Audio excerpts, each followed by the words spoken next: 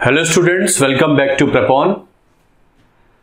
चलिए, आपका SSC exam निकट में है और उसके लिए हिस्ट्री एंड पॉलिटी के वीडियो लेक्चर्स आपने प्रेपॉन पे कई बार देखे होंगे। एग्जाम आपका बहुत पास आ गया है तो क्यों ना उसका क्विक रिवीजन कर लिया जाए। फटाफट हिस्ट्री एंड पॉलिटी का रिवीजन कर लेते हैं ताकि जो हमने पहले पढ़ा हुआ है वो अच्छी तरीके से हमको याद आ जाए और जो छोटे छोटे क्वेश्चंस आएंगे वो यूजफुल रहें।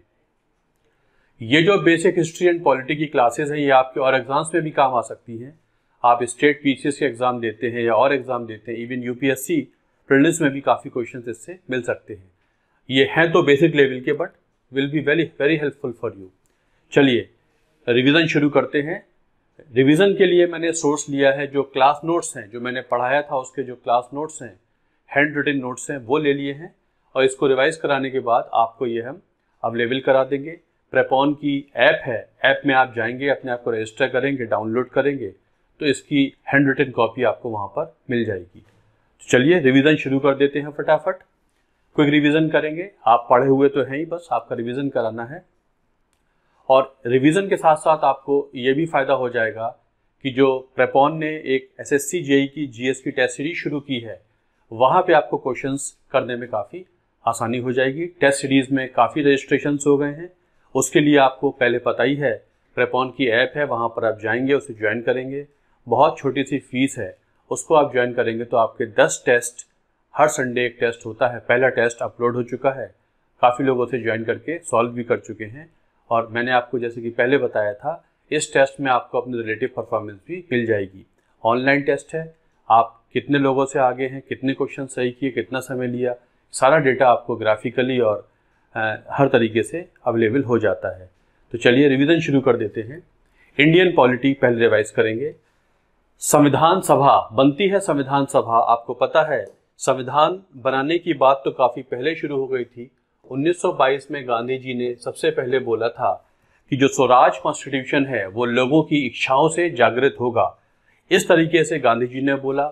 उसके बाद 1930 के दशक में, 1929 में जब पूर्ण स्वराज रेजोल्यूशन पास हो गया, 30 का दशक तो बहुत एक्टिव रहा और कई बार कांग्रेस वर्किंग कमेटी ने, ऑल इंडिया कांग्रेस कमेटी ने बार बार कहा कि एक संविधान सभा बननी चाहिए जो भारतीयों का संविधान बनाएगी। उसके बाद 1940 में लिनलिथ का ऑफर आया और 1942 में क्रिप्स ऑफर आया और इन सब ने ही कहा कि हाँ ठीक है, हम संविधान सभा बनाने की बात कर सकते हैं, पहले आप वर्ल्ड वॉर में सपोर्ट कर दीजिए। वो सब रिजेक्ट होता चला गया। फाइनली 1946 में जब इंग्लैंड में सरकार बदल गई, वर्ल्ड वॉर खत्म हो गई, लेबर पार्टी की सरकार आ गई, तो लेबर पार्टी की सरकार ने कैबिनेट मिशन भेजा है और कैबिनेट मिशन प्लान में प्रॉपर प्रावधान आया था कैबिनेट मिशन का। इस तरीके से 1946 में properly there was a provision for cabinet constituent assembly which will frame the constitution of India. क्योंकि ब्रिटिश इंडिया में दो तरीके के राज्य होते थे। कुछ तो होते थे प्रोविंसेस, प्रोविंसेस वो राज्य थे जो सीधे अंग्रेज चलाया करते थे, और कुछ होते थे रियासतें जिन्हें प्रिंसली स्टेट्स कहते थे। इनको अभी भी राजा महाराजा निजाम वगैरह चला रहे हैं। क्योंकि भारत में दो तरीके के राज्य थे तो दो तरीके से मेंबर्स आएंगे संविधान सभा में। प्रति 10 लाख पर एक मेंबर आएगा और इस तरीके से संविधान सभा की जो डिबेट है, जो संविधान सभा का जो नंबर है वो तय हो जाता है। संविधान सभा का नंबर तय हो जाता है।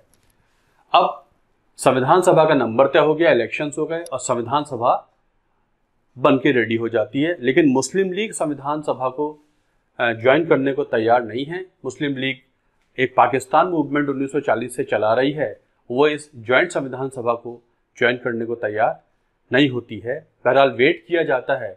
जब 2-3 महीने बीत जाते हैं, संविधान सभा के इलेक्शन तो काफ़ी पहले हो चुके हैं, जब बीत जाता है समय, संविधान सभा में मुस्लिम लीग के मेंबर्स नहीं आते हैं। पहले तो रियासतों के मेंबर्स भी नहीं आए थे, जबकि वो स्ट्रेंथ में काउंटेड हुआ करते हैं। इस तरीके से 9 दिसंबर 1946 को पहली बैठक होती है संविधान सभा की, दिल्ली में, जो आज की पार्लियामेंट है उसमें होती है। और पहले दिन की अध्यक्षता कराने के लिए जो सीनियर मोस्ट मेंबर हैं डॉक्टर सच्चिदानंद सिन्हा, उनको चुना जाता है। वो बन जाते हैं provisional president of constituent assembly. आपको ये भी बताया था मैंने क्लास में, ऐसी जो सभाएं होती हैं बिना अध्यक्ष के काम नहीं करती, कोई तो हो जो अध्यक्षता करे। तो पहले दिन के लिए जो सीनियर मोस्ट मेंबर थे डॉक्टर सच्चिदानंद सिन्हा, उनको इसका अध्यक्ष बनाया जाता है। वो पहले जो सेंट्रल लेजिस्लेटिव असेंबली बनी थी 1919 के गवर्नमेंट ऑफ इंडिया एक्ट में, वो उसके डिप्टी प्रेसिडेंट भी रह चुके थे, तो उनको तजुर्बा भी था। तो पहले दिन की कार्रवाई तो वो करा देते हैं और पहले दिन की कार्रवाई में वो ये तय करते हैं कि संविधान सभा अपना अध्यक्ष चुन ले। इस तरीके से 11 दिसंबर 1946 को doctor Rajendra Prasad was unanimously elected as the permanent president of constituent assembly. मतलब संविधान सभा जब भी संविधान बनाने के लिए बैठेगी, अध्यक्षता करेंगे डॉक्टर राजेंद्र प्रसाद। अब संविधान बनाने के लिए सबसे पहला दस्तावेज चाहिए। संविधान के लिए उद्देश्य तो तय करें, तो पहला दस्तावेज दाखिल होता है 13 दिसंबर 1946 को। The first document to be introduced in the assembly was objectives resolution drafted by doctor Jawaharlal Nehru. ये पहला उद्देश्य पत्र था, मतलब पहला डॉक्यूमेंट है। इस पे बहस वगैरह होती है, इस पे डिबेट लंबी करते हैं कि शायद मुस्लिम लीग के मेंबर मान जाएं, शायद प्रिंसली स्टेट्स के मेंबर संविधान सभा में आ जाएं। अभी तो ना तो लीग के मेंबर हैं, ना ही प्रिंसली स्टेट्स के मेंबर आए हैं, जबकि वो इसमें नंबरों में शामिल हुआ करते हैं। बहरहाल जनवरी आते आते ऑब्जेक्टिव रेजोल्यूशन पास हो जाता है, मतलब संविधान किन उद्देश्यों के अराउंड वीव अपॉन किया जाएगा यह तय हो जाता है। जनवरी में ये अडॉप्ट हो जाता है। जनवरी में मुस्लिम लीग के मेंबर नहीं आएंगे, ये तो तय हो गया है, क्योंकि उधर एक इंटरिम गवर्नमेंट चल रही थी। इंटरिम गवर्नमेंट भी फेल होने लगती है। इंटरिम गवर्नमेंट में मुस्लिम लीग के मेंबर भी 5 हुआ करते हैं, वो 7 काम नहीं कर रहे हैं, उधर वो फेल हो जाती है। इस तरीके से जनवरी तक आते आते ये तो तय है कि लीग के मेंबर्स तो नहीं आएंगे, लेकिन जो प्रिंसली स्टेट्स के मेंबर हैं वो शामिल होने को तैयार हो जाते हैं। अब उद्देश्य पत्र के ऊपर काम होता है और संविधान सभा बना देती है बहुत सारी कमेटीज बना देती है। यूनियन पावर्स कमेटी के अध्यक्ष जवाहरलाल नेहरू हैं। स्टेट कमेटी के अध्यक्ष वल्लभ भाई पटेल हैं। फंडामेंटल राइट्स कमेटी के अध्यक्ष वल्लभ भाई पटेल होते हैं। इस तरीके से जितने मुद्दों पे संविधान बनना है उन मुद्दों पे बहुत सारी कमेटीज बना दी जाती हैं और ज़्यादातर कमेटीज के अध्यक्ष या तो वल्लभ भाई पटेल हैं या जवाहरलाल नेहरू हैं। इस तरीके से कमेटीज अपनी अपनी रिपोर्ट्स बना देती हैं और ये कमेटीज की रिपोर्ट सौंप दी जाती हैं बी.एन. राव को। बी.एन. राव एक संविधानों पे एक्सपर्ट हुआ करते हैं और वो अब एक कंसल्टेंट है, संविधान सभा के मेंबर नहीं होते हैं, वो एडवाइजर थे। उन्होंने सारी रिपोर्ट्स के बेस पर बनाया है एक ड्राफ्ट। वो कहते हैं आपकी जो रिपोर्ट्स आई हैं, कमेटीज ने रिपोर्ट्स दी हैं, उनके बेस पे एक ड्राफ्ट मैंने तैयार कर दिया है। अब आपको क्या करना है, इन ड्राफ्ट के बेस पर संविधान को आर्टिकल्स में बदल देना है। इस तरीके से 15 अगस्त 1947 तक बस ड्राफ्ट ही तैयार हो पाया है, संविधान का एक आर्टिकल भी नहीं लिखा गया है। 15 अगस्त 1947 को जून थर्ड प्लान 1947 में तय हो गया था कि ये देश 2 हिस्सों में जाएगा, इंडिया एंड पाकिस्तान। उसी में डेट आई थी 15 अगस्त 1947 की। तो 15 अगस्त 1947 को देश आज़ाद हो जाता है। संविधान सभा के अब 2 काम हो जाएंगे। एक काम, क्योंकि संविधान तो अभी लिखा नहीं गया है लेकिन देश आज़ाद हो गया है, अब संविधान सभा के पास 2 काम है। एक तो संविधान बनाना, एक जब तक संविधान ना बन जाए, जब तक संविधान नहीं बनेगा तब तक देश की पार्लियामेंट नहीं आ सकती, क्योंकि parliament is the creation of the constitution और कॉन्स्टिट्यूशन का तो अभी तक आर्टिकल भी लिखा नहीं गया है। तो जब तक भारत का पार्लियामेंट नहीं बन जाता तब तक संविधान सभा के पास दूसरा फंक्शन है कि वो एक प्रोविजनल लेजिस्लेचर के तौर पे भी काम कर सकती है। आपको यहाँ ये भी पता होना चाहिए कि संविधान सभा अभी संविधान बना नहीं है, तो जब तक संविधान नहीं बनेगा तब तक गवर्नमेंट ऑफ इंडिया 1935 ही भारत का संविधान रहेगा। जिस दिन संविधान लागू हो जाएगा गवर्नमेंट ऑफ इंडिया 1935 खत्म हो जाएगा। तो अगर संविधान सभा को लगता है भारतीयों को कि हमें कोई नया आर्टिकल लिखना चाहिए या हमें इसमें कुछ बदलाव करना है तो वो कर सकते हैं। मतलब अब संविधान सभा के पास 2 काम हो जाते हैं। 2 काम होने का मतलब है कि जब वो संविधान बनाने के लिए बैठेंगे तो अध्यक्षता करेंगे राजेंद्र प्रसाद, और जब वो लेजिस्लेचर के तौर पे बैठेंगे तो अध्यक्ष हो जाएंगे जी.वी. मावलंकर। और जी.वी. मावलंकर बाद में जो लोकसभा बनती है 1952 में, उसके पहले स्पीकर भी बन जाते हैं। इस तरीके से संविधान सभा के डुअल फंक्शंस हो गए थे आफ्टर 15 अगस्त 1947। उधर संविधान सभा अब सबसे इंपॉर्टेंट कमेटी को अपॉइंट करती है। 29 अगस्त 1947 को संविधान सभा ने सबसे इंपॉर्टेंट कमेटी अपॉइंट की है, ड्राफ्टिंग कमेटी। अध्यक्ष उसके हुआ करते हैं doctor B R. Ambedkar. Doctor B R. Ambedkar, उनके साथ 6 मेंबर्स और हैं। ये सब मिलकर तैयार कर देते हैं एक भारत का संविधान, जिसका नाम था ड्राफ्ट कॉन्स्टिट्यूशन। ड्राफ्ट कॉन्स्टिट्यूशन का मतलब है डॉक्टर अंबेडकर उनके साथियों ने मिलके, मतलब ड्राफ्टिंग कमेटी ने संविधान बनाया है, उसको कहते थे ड्राफ्ट कॉन्स्टिट्यूशन, जिसमें 315 आर्टिकल हुआ करते हैं। यहां आपको यह भी याद रखना है, डॉक्टर अंबेडकर जब पाकिस्तान वाला हिस्सा अलग हो गया, बंगाल का कुछ हिस्सा पाकिस्तान में चला गया, तो वो फिर कांग्रेस से मेंबर बनते हैं संविधान सभा के। इनिशियली वो कांग्रेस से मेंबर नहीं थे, बाद में वो कांग्रेस से मेंबर बनते हैं संविधान सभा के, और वो पहले लॉ मंत्री भी हुआ करते थे। वो संविधान सभा की ड्राफ्टिंग कमेटी के अध्यक्ष भी थे। क्योंकि वो अध्यक्ष थे इसलिए उनको father of the Indian constitution या architect of the Indian constitution भी कह देते हैं। Why? Because he was chairman of drafting committee. Drafting committee ने 6 महीने लिए और फरवरी 1948 तक उन्होंने ये संविधान सभा को ड्राफ्ट कॉन्स्टिट्यूशन सौंप दिया था। अब इस पे बहस चालू हो जाती है। एक एक आर्टिकल, 315 आर्टिकल थे, 315 आर्टिकल्स हुआ करते थे ड्राफ्ट कॉन्स्टिट्यूशन में। अब ये पूरे इस पे बहस होती है, एक एक आर्टिकल पर डिस्कशन होता है, विस्तार से डिस्कशन हुआ। क्योंकि संविधान पे डिस्कशन बहुत लंबे समय तक चला, इसका मतलब प्रॉपर डेमोक्रेटिक तरीके से संविधान पास किया गया है। बहुत सारे बदलावों के बाद, लगभग 2400 समथिंग 2400 अमेंडमेंट के बाद, मतलब जो डॉक्टर अम्बेडकर ने संविधान बनाया था, मतलब अगर हम कहना चाहें ड्राफ्ट कॉन्स्टिट्यूशन, तो draft constitution was the constitution prepared by doctor Ambedkar in drafting committee. उसमें लगभग 2400 बदलाव हो जाते हैं। इस तरीके से बहुत सारे बदलाव के बाद 29 नवंबर 1949 को भारत का संविधान अडॉप्ट हो जाता है। इट वॉज अडॉप्टेड ऑन 26 नवंबर 1949, जिसको संविधान दिवस भी कहते हैं, कॉन्स्टिट्यूशन डे भी कहते हैं, जो कि 2015 से मनाया जा रहा है। 26 नवंबर 1949 को भारत का संविधान अडॉप्ट हो गया था संविधान सभा द्वारा। ये अडॉप्ट होने का मतलब होता है ये पार्शियली इन्फोर्स हुआ है, अभी ये पूरा लागू नहीं हुआ है, कुछ हिस्से लागू हुए हैं इसके। इस तरीके से लागू हो जाता है और इसका नाम पड़ गया था द कॉन्स्टिट्यूशन ऑफ इंडिया। अगर पूछा जाए कि हमारे संविधान में क्या हमारे संविधान का नाम लिखा है, तो आप बोलेंगे सर आर्टिकल 393 में इसको बोला जाता है द कॉन्स्टिट्यूशन ऑफ इंडिया। मतलब संविधान जब प्रॉपरली पास हो गया तो उसका नाम पड़ गया द कॉन्स्टिट्यूशन ऑफ इंडिया, और इसका नाम दिया है आर्टिकल 393 में। एक बहुत इंपॉर्टेंट डेट है 26 जनवरी 1950, उसका वेट किया गया। आपको याद है इस दिन 1930 में, 26 जनवरी 1930 में भारत में पहली बार मनाया गया था इंडिपेंडेंस डे। वो इंडिपेंडेंस डे जिसकी प्लेज ली गई थी दिसंबर 1929 के लाहौर सेशन में, जब पूर्ण स्वराज रेजोल्यूशन पास हुआ था। क्योंकि पूरे भारत में इंडिपेंडेंस डे 26 जनवरी 1930 को मनाया गया था, इसलिए उस दिन का वेट किया गया। उससे एक हिस्टोरिकल सेंटिमेंट्स जुड़े हुए थे, इसलिए पूरा संविधान लागू होता है 26 जनवरी 1950 को। इसे कहते हैं commencement of the constitution. Commencement of the constitution का मतलब होता है पूरा संविधान लागू हो गया, मतलब एक एक आर्टिकल भारत के पूरी टेरिटरी पर लागू हो जाता है। इसे कहते हैं कमेंसमेंट ऑफ द कॉन्स्टिट्यूशन। इस तरीके से यह संविधान पूरा का पूरा लागू हो जाता है।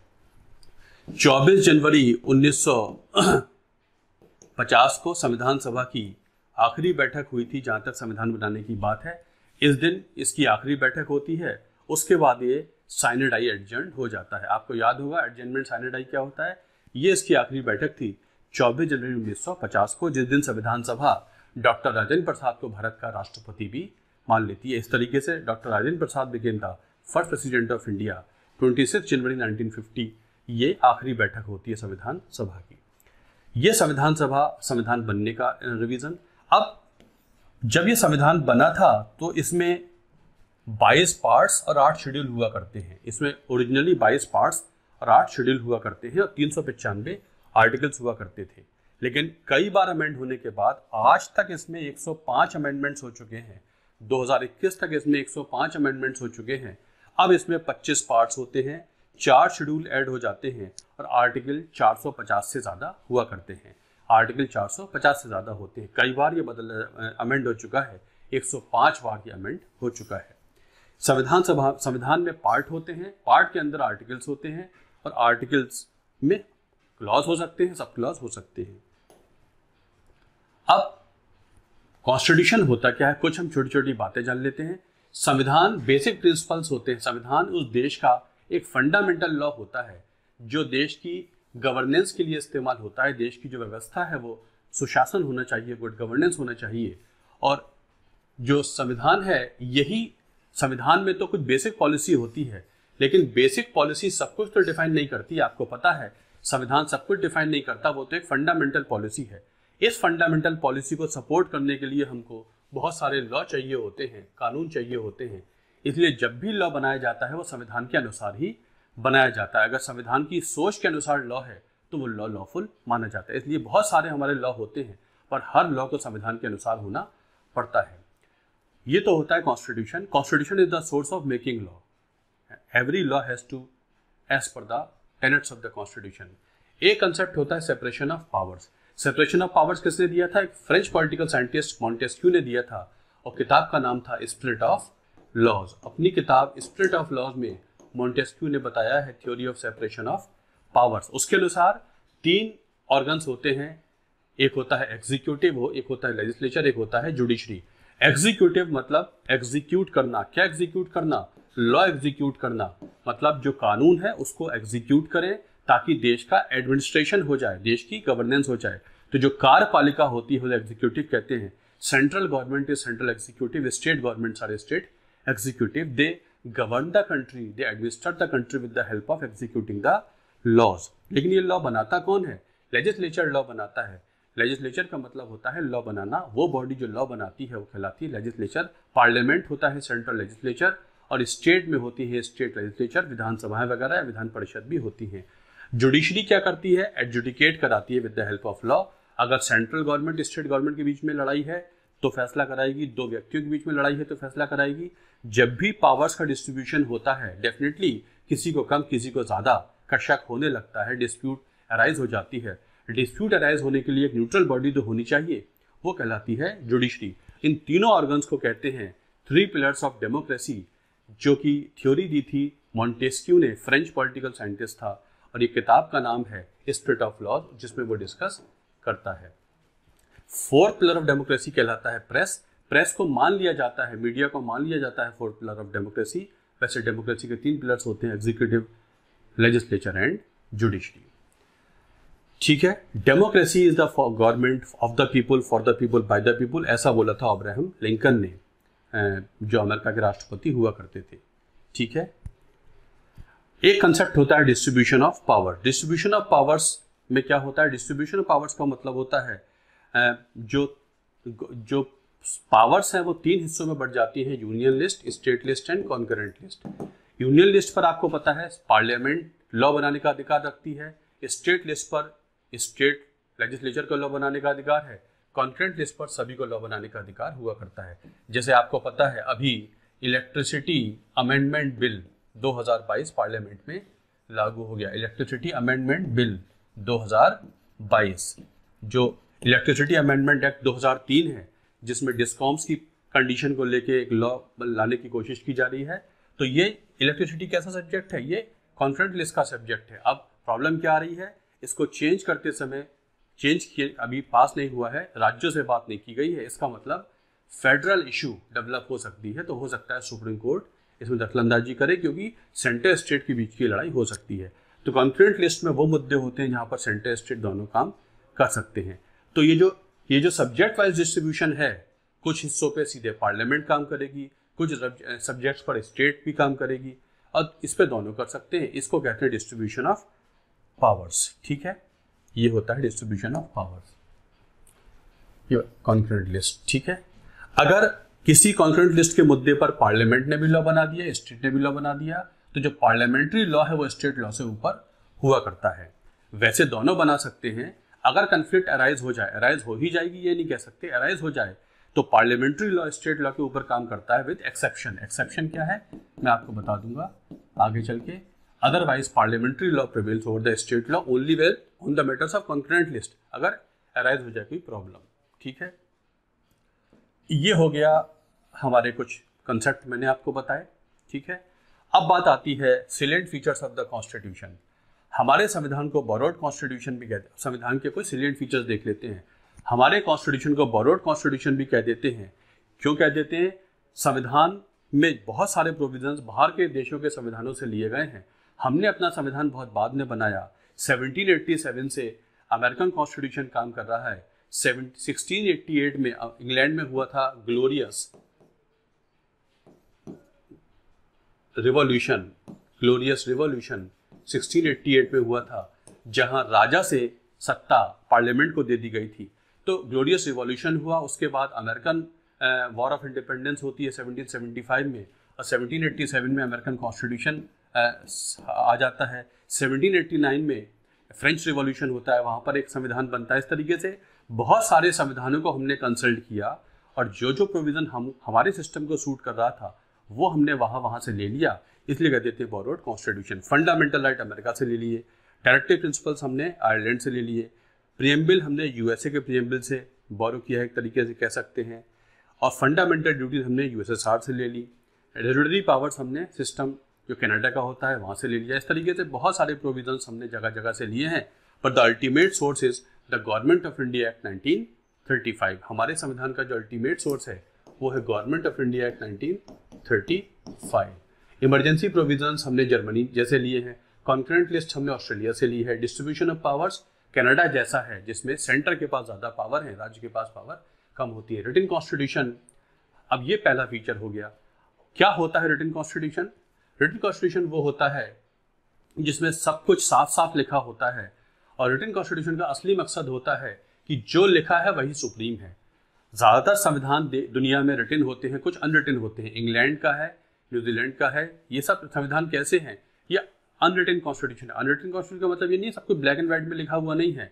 अनरिटन में क्या होता है, जो उस देश में पार्लियामेंट कानून बनाता है वो ही मिलकर संविधान माने जाते हैं। रिटन का मतलब होता है बाकायदा एक संविधान सभा बैठी है, उसने एक संविधान बनाया है, संविधान एक बुक के तौर पे है और वो एक पर्टिकुलर तारीख से लागू हुआ है। ज़्यादातर संविधान दुनिया में रिटन होते हैं। अगर आपसे पूछा जाए रिटन कॉन्स्टिट्यूशन क्या होता है, आप बोलेंगे जिस जिस देश में रिटन कॉन्स्टिट्यूशन होता है वहाँ संविधान ही सर्वोपरि होता है, मतलब पार्लियामेंट उसके नीचे है। मतलब रिटन कॉन्स्टिट्यूशन में parliament is the creation of the written constitution, और जहाँ अनरिटन होता है वहाँ पार्लियामेंट सुप्रीम होती है, जो पार्लियामेंट कह देती है वही फाइनल होता है। और रिटन सिस्टम में जो पार्लियामेंट वही कह सकती है जो संविधान पहले कह चुका होता है, तो यहाँ संविधान सर्वोपरि होता है। ठीक है। अब तीसरा फीचर होता है our constitution guarantees certain fundamental rights. हमें कुछ फंडामेंटल राइट्स मिलते हैं जो कि रेमेडियल इन नेचर है। मतलब इसका मतलब है अगर फंडामेंटल राइट्स वॉयलेट हो जाए तो हम सीधे कोर्ट जाकर रेमेडी ले सकते हैं। अगर हमारे फंडामेंटल राइट वॉयलेट हो जाए या फंडामेंटल राइट्स लागू होने के बाद उनमें कुछ लागू ही ना हो तो हम सीधे आर्टिकल 32 में सुप्रीम कोर्ट और आर्टिकल 226 में हाई कोर्ट जाकर रेमेडी ले सकते हैं। तो हमको फंडामेंटल राइट गारंटी के तौर पे मिलते हैं। अगला फीचर है हमारा जो संविधान है वो फ्लेक्सिबल भी है और रिजिड भी है। फ्लेक्सिबल का मतलब होता है ये अमेंडेबल है, मतलब इसमें बदलाव लाए जा सकते हैं, और आर्टिकल 368 के तहत बदलाव लाए जा सकते हैं। संविधान अगर रिजिड होगा तो बदलती हुई कंडीशंस को एड्रेस नहीं कर पाएगा। संविधान रिजिड होना भी नहीं चाहिए। संविधान बेसिकली क्या होता है, प्रॉब्लम्स का सॉल्यूशन होता है, और प्रॉब्लम्स का नेचर समय समय पर चेंज होता रहता है। हमारे संविधान निर्माताओं ने आर्टिकल 368 रखा है। 368 का मतलब है पार्लियामेंट स्पेशल मेजोरिटी से लोकसभा राज्यसभा पास कर दे, राष्ट्रपति साइन कर देंगे तो संविधान अमेंड हो जाता है। क्योंकि इसमें एक आर्टिकल 368 जैसा प्रावधान है तो अमेंडेबल है, लेकिन थोड़ा बहुत रिजिड भी है। इसका मतलब है कि सब कुछ चेंज नहीं हो सकता। Theory of basic structure parliament ने, सुप्रीम कोर्ट ने दी है थ्योरी ऑफ बेसिक स्ट्रक्चर। उसके नाते थ्योरी ऑफ बेसिक स्ट्रक्चर मतलब संविधान के कुछ बेसिक फीचर्स होते हैं, उसका फाउंडेशन है, वो कभी भी चेंज नहीं हो सकता। वो आर्टिकल 368 से भी चेंज नहीं हो पाएगा। इसलिए ये कह सकते हैं Indian constitution is flexible as well as rigid, but it is more flexible. क्यों मोर फ्लेक्सिबल है? आप बोलेंगे सर अब तक 105 बार चेंज हो चुका है, इसका मतलब हमारा संविधान बहुत ज्यादा जागरूक है, बदलती स्थिति के साथ चेंज होने की क्षमता रखता है और दिखाता भी है कि वो चेंज हो सकता है। लेकिन रिजिड इसलिए है कि जो सुप्रीम कोर्ट ने कह दिया बेसिक स्ट्रक्चर है, जो कि केशवानंद भारती केस 1973 में तय हुआ था, वो कभी भी चेंज नहीं हो सकता। तो हम कह सकते हैं a good number of things can always be changed but some of the things can never be changed. कुछ चीजें कभी नहीं बदल सकती, ज्यादातर चीजें कई बार बदली जा सकती है, इसलिए फ्लेक्सिबल भी है और रिजिड भी है। हमारे संविधान एक इंडिपेंडेंट जुडिशरी की बात करता है। हमारा supreme court is the creation of the constitution. Supreme court independent है, मतलब वो सरकारों के तहत काम नहीं करता, और इसके पास एक पावर होती है जुडिशियल रिव्यू की। मतलब कोई भी अगर कानून, कोई भी सरकार का एक्शन गलत है, सुप्रीम कोर्ट कर देता है जुडिशियल रिव्यू। जैसे आज सीजीआई की बेंच ने prevention of money laundering act के तहत काम उसको रिव्यू किया है और नोटिस भेजा है। Prevention of money laundering act में जो भी प्रोविजंस हैं क्या वो संविधान के अनुसार ठीक है या नहीं है, उसके बारे में रिव्यू किया, judicial review. Bilkis Bano case में लोगों को रेमिशन दे दिया गया, तो सुप्रीम कोर्ट के चीफ जस्टिस की जो संवैधानिक खंडपीठ है, जो बेंच है, वो ये देख रही है कि क्या वो रेमिशन सही है या नहीं है, सरकार का जो एक्शन है मतलब एग्जीक्यूटिव एक्शन है वो सही है या नहीं है। इस तरीके से बहुत सारे सरकार के एग्जीक्यूटिव के एक्शन या पार्लियामेंट के एक्शन को चेक कर सकता है सुप्रीम कोर्ट, क्योंकि वो इंडिपेंडेंट बॉडी है। इसलिए सुप्रीम कोर्ट को संविधान का गार्जियन भी कह देते हैं, also called guardian of the constitution. समझ में आ गया आपको? Hence it establishes an independent judiciary with power of judicial review. It establishes a quasi federal system. Quasi माने होता है partial, not exactly federal but similar to federal system. What is federal system? Federal system के कुछ features होते हैं। Features क्या होते हैं? एक तो इसमें डुअल गवर्नमेंट होनी चाहिए। फेडरल का मतलब होता है कि सेंटर स्टेट के बीच में होनी चाहिए डिस्ट्रीब्यूशन ऑफ पावर। तो कुछ फीचर्स होते हैं वो देख लीजिए। क्या होता है क्वाशी वो देख लेंगे, पहले देखिए क्या होता है फेडरल। फेडरल का मतलब दो गवर्नमेंट होनी चाहिए, एक सेंट्रल गवर्नमेंट और कुछ स्टेट गवर्नमेंट्स होनी चाहिए, जिनके बीच में होगी डिस्ट्रीब्यूशन ऑफ पावर्स, जिनके बीच में होगी डिस्ट्रीब्यूशन ऑफ पावर्स। यहां होनी चाहिए अथॉरिटी ऑफ कोर्ट्स। हो सकता है सेंटर स्टेट के बीच में किसी मुद्दे पर डिस्प्यूट हो जाए तो एक ऐसा बॉडी होनी चाहिए जो न्यूट्रल है, ना राज्य की तरफ है ना सेंटर की तरफ है, वो उनके बीच का फैसला कराएगी, तो अथॉरिटी ऑफ कोर्ट्स होनी चाहिए। ड्यूअल सिटीजनशिप होती है, मतलब एक नागरिकता राज्य की है और एक देश की है, जैसे अमेरिका में है, और होनी चाहिए distribution of powers. Most important feature of federal system is distribution of powers between centre and states. तो अगर ये फीचर मिलते हैं मतलब डुअल गवर्नमेंट है, डुअल सिटीजनशिप है, डिस्ट्रीब्यूशन ऑफ पावर्स है, authority of courts, written constitution है, अगर ये सारे फीचर मिलते हैं तो हम कहते हैं वो सिस्टम फेडरल है। समझ में आ गया? सिस्टम फेडरल है, क्वाशी फेडरल है, फेडरेशन है, ये सारी टर्म संविधान में कहीं डिफाइंड नहीं है। हम हमारे संविधान की प्रैक्टिस के अनुसार कह देते हैं कि ये फेडरल सिस्टम हुआ करता है। बट हमारा सिस्टम क्वाशी फेडरल का मतलब है ये फेडरल जैसा है, एकदम फेडरल नहीं है। क्यों है?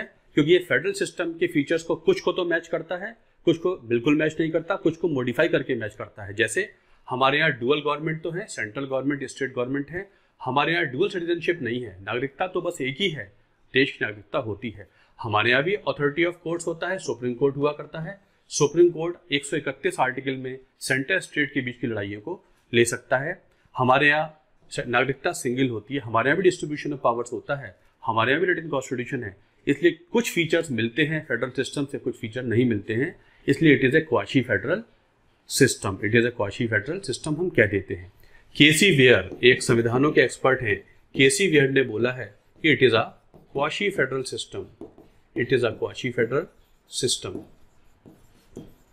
ग्रेनविल ऑस्टिन ने बोला है, ग्रेनविल ऑस्टिन जिन्होंने संविधान के ऊपर लिखा है, वो कहते हैं it is cooperative federalism. Cooperative federalism मतलब लोगों ने अपने अपने हिसाब से बोला है कि भारत का फेडरल सिस्टम कैसा है। ग्रेनविल ऑस्टिन कहते हैं it is cooperative federalism, KC Wheare कहते हैं it is quasi federal system. इस तरीके से बहुत सारे इसमें फीचर दिए गए, लेकिन हम कह सकते हैं Indian constitution is a part of federal system. It is a group of the constitutions of USA, Australia, Canada, India. ये सब फेडरल कॉन्स्टिट्यूशंस कहलाते हैं। इंडियन कॉन्स्टिट्यूशन भी वैसा होता है और इट हैज सेंट्रलाइजिंग टेंडेंसी, मतलब ये सेंटर की तरफ झुकाव ज्यादा रखता है, क्योंकि union list is bigger than state. Union list में मुद्दे ज्यादा होते हैं, स्टेट में कम होते हैं, इसलिए यूनिटरी बायस शो करता है।